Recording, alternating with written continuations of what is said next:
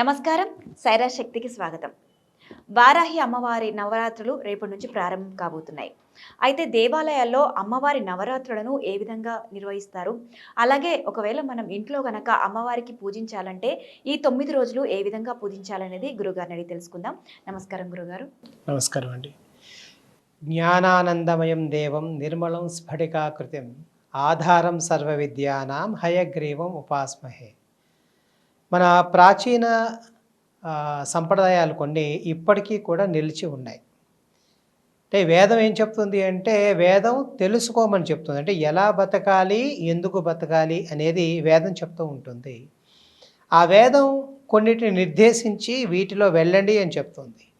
అయితే మనం ఎంత ప్రశాంతంగా మనం బతుకుతున్నా కూడా ఒక్కొక్కసారి మన ప్రశాంతతకు కొంతమంది ఆటంకాన్ని కలిగిస్తూ ఉంటారు. అలా ఆటంకం కలిగించిన వాళ్ళని మనం రాక్షసులు అంటూ ఉంటాం.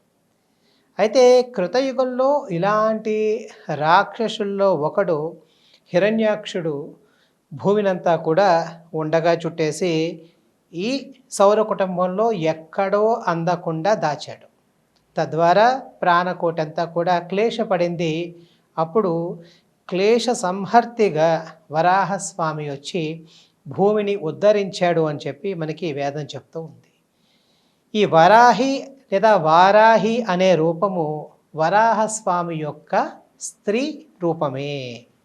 అంటే ప్రకృతి పురుషుడు కలిస్తేనే సృష్టి. వీరి ఇద్దరి సంయోగనాన్ని సుదర్శనం అని చెప్తూ ఉంటాం. అంటే శోభనాన్ని దర్శింపజేసేది. ఏది శోభనం అంటే ప్రకృతి పురుషుడు కలిసి సృష్టిలో మన అందరినీ కూడా ఉద్ధరించడమే మనం శోభనంగా చెప్తూ వచ్చాం. ఈ వారాహిని ఇటీవల కాలంలో చాలామంది ఆరాధన చేయటం, చాలా చోట్ల గుళ్ళు కట్టడం, తద్వారా గుప్త నవరాత్రులు అని చెప్పేసి ఆషాఢ శుద్ధ పాడ్యమి నుంచి ఆషాఢ శుద్ధ నవమి వరకు కూడా వివిధ మార్గాల్లో వివిధ రకాలుగా ఉపాసన చేయటం, మంత్రశాస్త్రాన్ని అనుసరించి కొంతమంది, తంత్రశాస్త్రాన్ని అనుసరించి కొంతమంది చేయటం మనకు కనపడుతూ ఉంది. అయితే గురుగారు, ఇప్పుడు వారాహి అమ్మవారి నవరాత్రి ఉత్సవాలు జరుగుతున్నాయి. దేవాలయాల్లో కానివ్వండి, లేదంటే ఇంట్లో కానివ్వండి, పూజలు ఏ విధంగా చేయాలంటే? ఏ దేవతలను మనం అర్చన చేసుకున్నప్పుడు పంచాంగ పద్ధతిలో మనం ఉపాసన చేస్తాం. పంచాంగ పద్ధతి అంటే అమ్మవారికి లేదా అయ్యవారికి సంబంధించిన అష్టోత్తరము, అదేవిధంగా కవచము, అదేవిధంగా హృదయము, అదేవిధంగా పంజరము, అదేవిధంగా సహస్రనామ స్తోత్రం అని చెప్పి ఈ 5 ద్వారా మనం ఉపాసన చేస్తూ మనం తద్వారా పంచోపచారాలుగా కనీసం షోడశోపచారాలు చేస్తే మంచిది. అంటే మనం ధ్యాన ఆవాహన పద్ధతుల్లో ఉపచారాలు చేయగలిగితే మంచిది. కనీసము దీపము, ధూపము, కొద్దిగా నైవేద్యము, పుష్పము ఇలాంటి వాటినన్నిటినీ కూడా ఉపచారాలుగా చేస్తూ తాంబూలాన్ని మనం సమర్పిస్తే పంచోపచారాలుగా మనం పూజ చేసుకోవచ్చు. గృహస్థులుగా ఉన్నవాళ్ళు, కాస్త సమయం దొరికిన వాళ్ళు ఈ షోడశోపచార పూజలు చేసుకుంటూ ప్రతిదీ కూడా మనకి అంతర్జాలంలో దొరుకుతుంది కాబట్టి దానికి సంబంధించిన సహస్రనామావళి, అష్టోత్తర శతనామావళి, అదేవిధంగా కవచము, ఒకవేళ వీళ్ళకి ఇంకా బాగా ఉత్సాహం ఉంటే ఎవరి ద్వారా అన్న ఉపదేశం మంత్రం తీసుకుని ఉపాసన చేయటం ఒక పద్ధతి. లేదు మేము అటు ఉద్యోగానికి వెళ్ళాలి, ఇటు మేము ఆధ్యాత్మికంగా కూడా ఎంతో అంత సాధన చెయ్యాలి అనుకున్న వాళ్ళు 9 రోజుల పాటు ఇలా సులభంగా అష్టోత్తరంతో పూజ చేసుకుంటూ అమ్మవారికి ఇష్టమైన ఏదో ఒక మధురమైన పదార్థాన్ని మనం నివేదన చేస్తూ ఉండాలి. ముఖ్యంగా తీపి గుమ్మడికాయతో చేసిన తీపి పదార్థం అంటే పాయసం లాంటిది మనం నివేదన చేస్తే వాళ్ళు అనుకున్నవన్నీ కూడా త్వరగా వాళ్ళకి దొరికే అవకాశం ఉంది. అయితే ఇప్పుడు నవరాత్రి సమయంలో అమ్మవారికి భవానీ మాల అయితే ఏ విధంగా ఇస్తాము, అలాగే ఇప్పుడు వారాహి అమ్మవారికి కూడా ఏదైనా మాల వేసుకోవచ్చా? అంటే ప్రస్తుతానికి ఇంకా వారాహి గురించి పూర్తిగా మాల వేయటం అనేది ఇంకా మన తెలుగు వాళ్ళకి ఇంకా రాలేదు. అయితే కొన్ని చోట్ల తమిళనాడులో ఆకుపచ్చని వస్త్రాలు, ఎందుకంటే సస్యశ్యామలం కాబట్టి వారాహస్వామి కూడా భూమికి సంబంధించిన దేవత కాబట్టి ఆయనకి ఆకుపచ్చ రంగు ఇష్టం కాబట్టి అలాంటి ఆకుపచ్చ రంగు వస్త్రాలు వేసుకొని వాళ్ళు సాధన చేయటం కనపడుతుంది.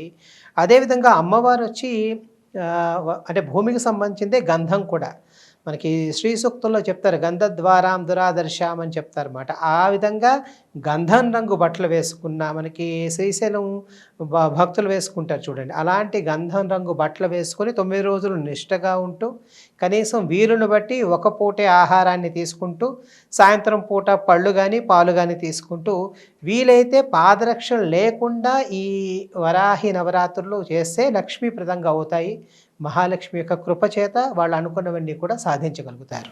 అయితే దేవాలయాలనే కాదు, ఇంట్లో పూజించాలంటే ఎలాంటి నియమ నిబంధనలు పాటించాలి?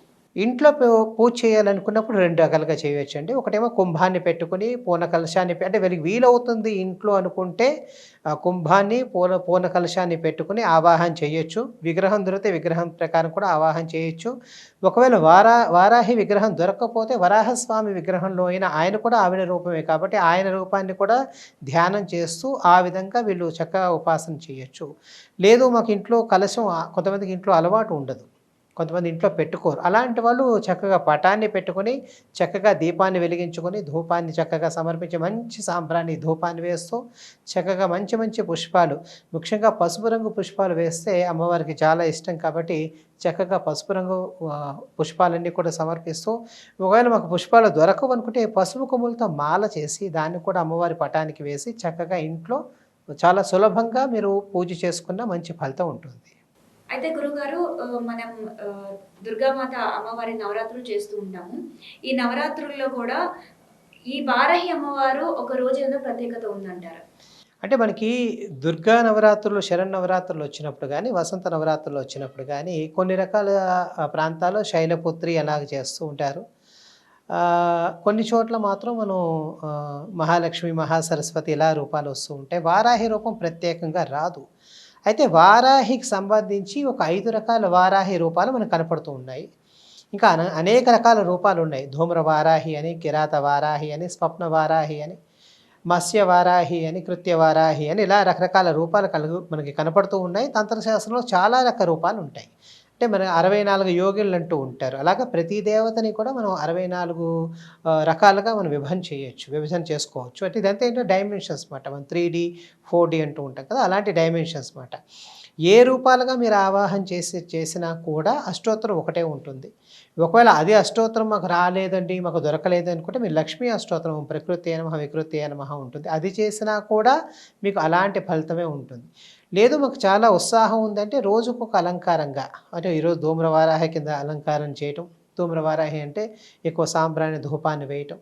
అదేవిధంగా స్వప్న వారాహి అని అలంకారం చేయటం, ఏదో కింద అశ్వవాహనాన్ని పెట్టడం. అలాగే కృత్యవారాహి అంటాం, అప్పుడు దాన్ని దున్నపోతులు పెడతారన్నమాట. అంటే ఇలా రకరకాల రూపాలుగా మీకు దొరికితే దాన్ని కూడా తీసుకొని చేయొచ్చు. అంటే ఇదంతా కూడా మీ ఇంట్రెస్టు, మీకున్న ఉత్సాహము, మీకున్న సమయాన్ని బట్టి ఉంటుంది. సాధారణంగా అయితే ఒకే రూపాన్ని ధ్యానం చేస్తూ ఒకే రూపాన్ని మనం పూజ చేస్తూ ఉంటే ఎక్కువగా ఫలితం వస్తుంది. ముఖ్యంగా ఇందులో ఉన్న ఒక గొప్ప విశేషం ఏంటంటే వరాహస్వామిలో కూడా అహాన్ని వరించేవాడు అని అర్థం. అంటే ఎక్కడెక్కడ శక్తి ఉందో, అంటే మనకి ఎక్కడెక్కడి నుంచి తెలివి కావాలి, బుద్ధి కావాలి, ధనం కావాలి, భూమి కావాలి, అన్నిటికీ మించి ఆలోచనతో కూడిన మంచి వాస్తవమైన జీవితాన్ని అనుభవించే శక్తి కావాలి అనుకోవటం అనేది మూల కారణం. కాబట్టి మీరు ఈ రూపాన్ని ఏకరూపంగా ధ్యానం చేస్తూ మీరు పూజ చేసుకుంటే మంచి ఫలితం వస్తుంది. గురుగారు, ఒకప్పుడు అసలు వారాహి అమ్మవారు అంటే ఎవరికి తెలిసేది కాదు. ఈ మధ్య కాలంలో కొంతవరకు అమ్మవారి గురించి తెలుస్తుంది. అయితే అమ్మవారిని పూజించడం వల్ల ఏ విధమైన మనకి అంటే ఫలితం దక్కుతుంది? అంటే మనకి చాలా చోట్ల చూస్తే దేవతల చేతుల్లో మనకి ఆయుధాలు కనపడుతూ ఉంటాయి. ఎందుకు ఆయుధాలు అంటే మనకి శక్తి కలగాలి, అంటే మనకి ఏదైనా రక్షణ కలగాలి అంటే ఎక్కడి నుంచో ఎవడో వచ్చి రక్షిస్తాడని కాకుండా తద్వారా మనం ప్రతిఘటించటం, అంటే ఆ దుష్టత్వాన్ని మనం ఎదుర్కోవాలి అంటే లోపల నుంచి ధైర్యం కావాలి అని చెప్పటానికే ఈ ఆయుధాలను చూపిస్తూ ఉంటాం భగవంతుడికి. అదేవిధంగా వారాహిలో ఉన్నది కూడా రణతంత్రము, అంటే యుద్ధానికి సంబంధించిన దేవత. యుద్ధానికి సంబంధించి ఎప్పుడు యుద్ధం చేస్తాము అంటే మనల్ని మనం రక్షించుకోవటానికి, దుష్టుల్ని శిక్షించడానికి యుద్ధం చేస్తాం. కాబట్టి అలాగా ఈ వారాహి ఇదివరకు రాకపోవటానికి కారణం ఏంటంటే ఈవిడ తాంత్రికపరమైన విద్య, యుద్ధ సంబంధించిన వాటిలో వాడుతూ ఉండేవారు. అయితే తంజావూరు అనే ఒక తమిళనాడులో ఒక దేవాలయం ఉంది, పెద్ద దేవాలయం తంజావూరులో బృహదీశ్వర ఆలయం అంటూ ఉంటారు. చాలా పెద్ద బిగ్ టెంపుల్ అంటారు. అక్కడ నేలమాళిగలో వారాహికి ఆరాధన చేయటం అనేది మనకి ఎప్పటి నుంచో తమిళనాట ప్రచారంలో ఉంది. ఈ మధ్య కాలంలో మనం ఇంకా ఈ ప్రసార మాధ్యమాలు ఎక్కువైపోయాయి కాబట్టి, సాంఘిక మాధ్యమాలు కూడా ఎక్కువగా ఉన్నాయి కాబట్టి, ఎక్కడ ఏ మూల కొత్త దేవత వచ్చినా కూడా తెలుగు వాళ్ళు ఆపాదించుకొని పూజ చేయటం, దానికి సంబంధించినవన్నీ కూడా తీర్చుకోవటం అనేది మనకు కనపడుతుంది. మన భాగ్యనగరంలో కూడా సుమారుగా 20 ఏళ్ల క్రితమే మనకి ఒక వరాహి దేవాలయం అనేది ఒక చిన్న పీఠంగా ఉంది. ఈ ఆషాఢ మాసంలో అక్కడికి వెళ్లి దర్శనం చేసుకోవటం కూడా మనకు కనపడుతూ ఉంది. అదేవిధంగా మనకి పొద్దున్న మాత్రమే చూడగలిగితే వారణాసిలో కూడా, కాశీలో కూడా ఒక వారాహి దేవాలయం కనపడుతుంది. ఉదయం మాత్రమే అది ఓపెన్ అయి ఉంటుంది. అది కూడా పైనుంచి చూడటం అనేది ఉంది. మిగతా చోట్ల సాధారణంగా ఈ దేవతనే ప్రధాన దేవతగా ఉన్న ఆలయాలు తక్కువనే చెప్పాలి. ఎందుకంటే మన సాధారణంగా సర్వదేవ నమస్కారం కేశవం ప్రతి గచ్చతి అని చెప్పి ఎవరికి ఆరాధన చేసినా పరమాత్మకే చెందుతుంది కాబట్టి ప్రధానంగా కొన్ని దైవాలకే ఎక్కువగా గుళ్ళు కనపడుతూ ఉంటాయి. ఈ మధ్య కాలంలో ఇలాంటి దేవతలకు కూడా గుళ్ళు, ప్రత్యేకమైన సన్నిధులు, ప్రత్యేకమైన పూజలని ఏర్పాటు చేయటం అనేది విరివిగా జరుగుతూ ఉంది. వారాహి అమ్మవారి నవరాత్రుల గురించి చాలా చక్కగా వివరించారు గురుగారు. నమస్కారం. నమస్కారం అండి.